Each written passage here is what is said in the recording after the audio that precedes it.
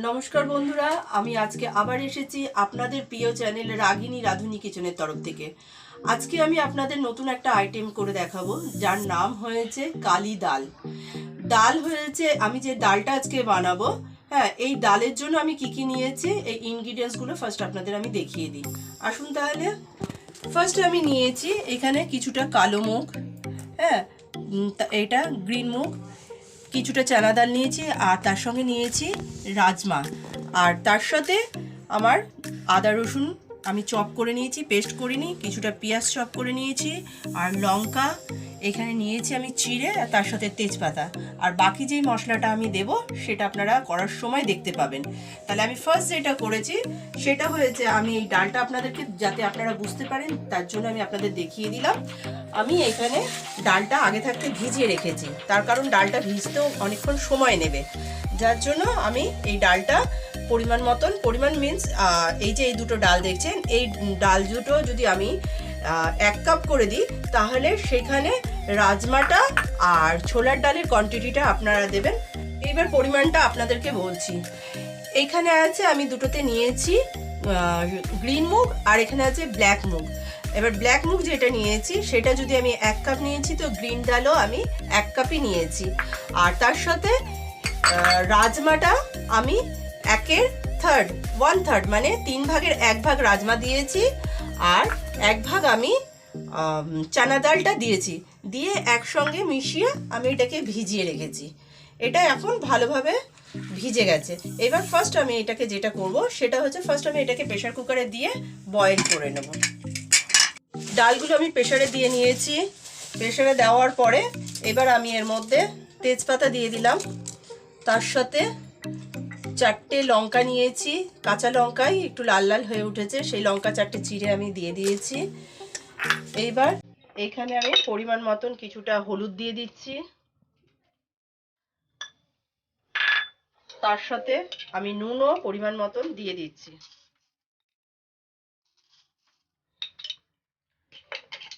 এইবার কিছুটা জল আমি দিয়ে দেবো যাতে ডালটা সেদ্ধ হয়ে যায়, সেই পরিমাণ মতন আমি জলটা দিয়ে দিচ্ছি।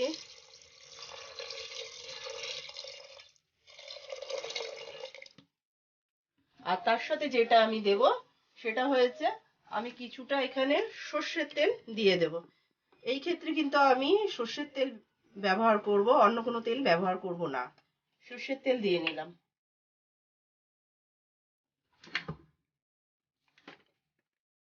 তার সাথে কিছুটা রেড চিলি পাউডার আমি দিয়ে দিচ্ছি।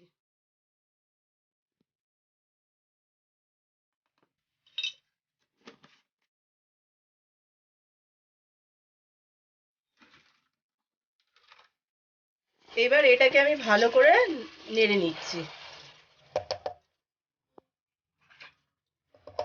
নেড়ে এবার আমি প্রেসার কুকারের ঢাকনাটা বন্ধ করে দেব।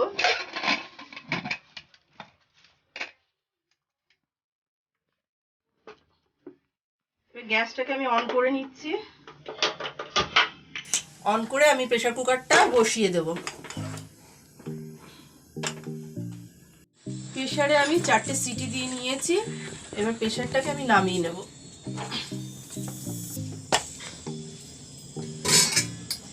এবার যেটা করব সেটা হয়েছে, ফ্রাই প্যানটাকে ফার্স্ট আমি গরম করে নিই। ফ্রাই প্যানটা বসিয়ে আমি এর মধ্যে অল্প একটু তেল দিয়ে নিয়েছি।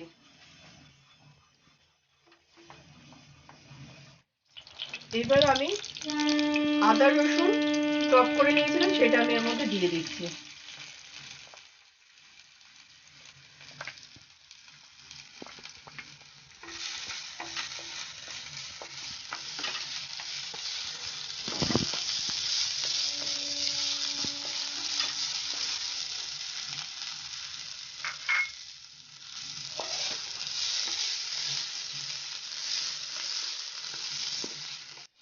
আমি কিন্তু এইখানে খুব অল্প তেল দিয়েছি, তার কারণ আমি তেল অলরেডি যখন আমি এটা সেদ্ধ করছিলাম সে সেদ্ধর সময় আমি তেলটা দিয়ে নিয়েছিলাম। এবার আমি এখানে কিছুটা ঘি দিয়ে নিচ্ছি।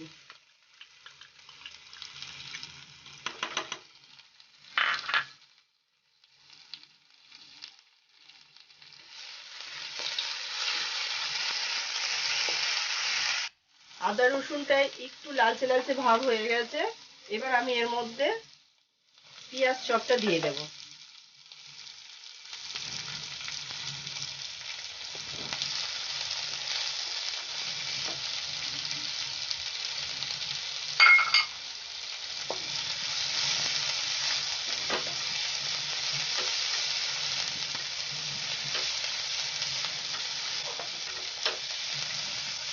পেঁয়াজটা খুব ভালো করে আমি ভেজে নিয়েছি।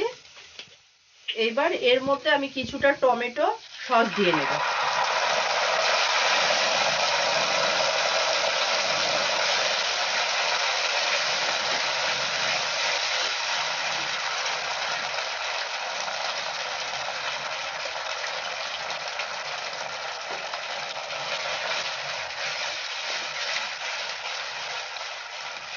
টমেটো সসটা একটু নেড়ে চেড়ে নিলাম, নিয়ে এখানে আমি কিছুটা মেথি পাতা নিয়ে নিয়েছি। এবার কিছুটা মেথি পাতা আমি এর মধ্যে দিয়ে দিচ্ছি।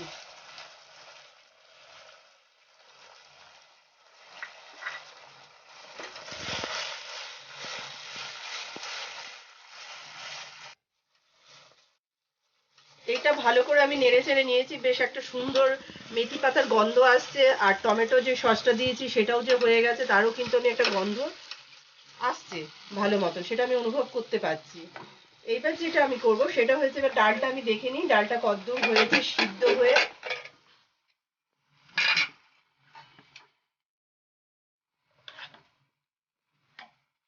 আপনারা দেখতেই পাচ্ছেন ডালটা ভালোভাবে সিদ্ধ হয়ে গেছে। এইবার ডালটা আমি কিছুটা এর মধ্যে দিয়ে দেব।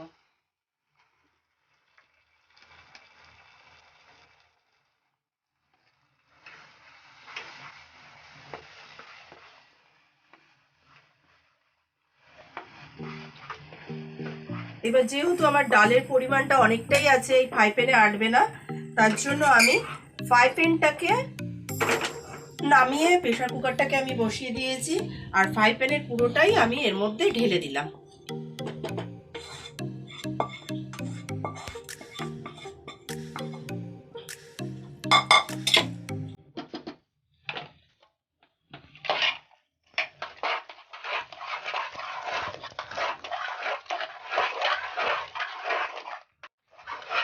এইবার আমি এর মধ্যে কিছুটা পরিমাণ দুধ দিয়ে দেব।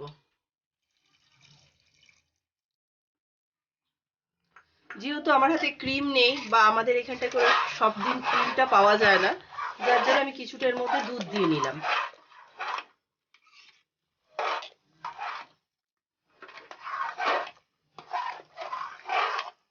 এইবার এইটা এর মধ্যে যেটা আমাকে দিতে হবে সেটা হয়েছে, আমি এখানে দুটো বাটারের কিউব নিয়েছি। এবার পুরো বাটারটাই আমি এর মধ্যে দিয়ে দেব।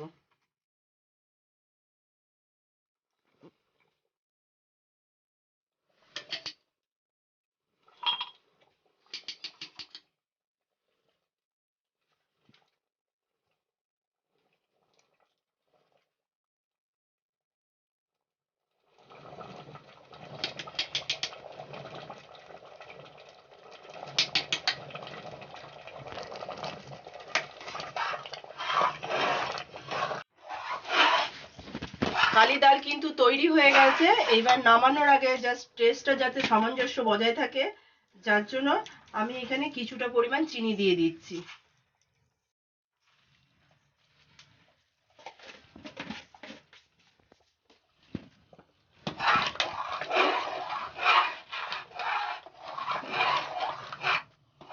কালি ডাল কিন্তু এইবার তৈরি হয়ে গেছে, একদম খাওয়ার জন্য তৈরি হয়ে গেছে এটা।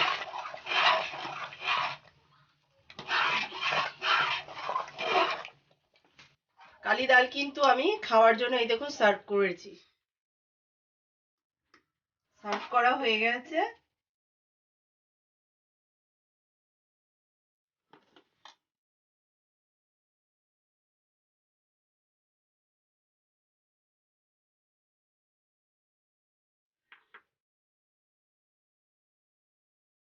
তাহলে বন্ধুরা, আপনারা দেখতেই পেলেন যে আমি কিভাবে খুব সহজ পদ্ধতিতে বেশি মশলা না দিয়ে কিভাবে হোমমেড কালি ডাল বানিয়েছি।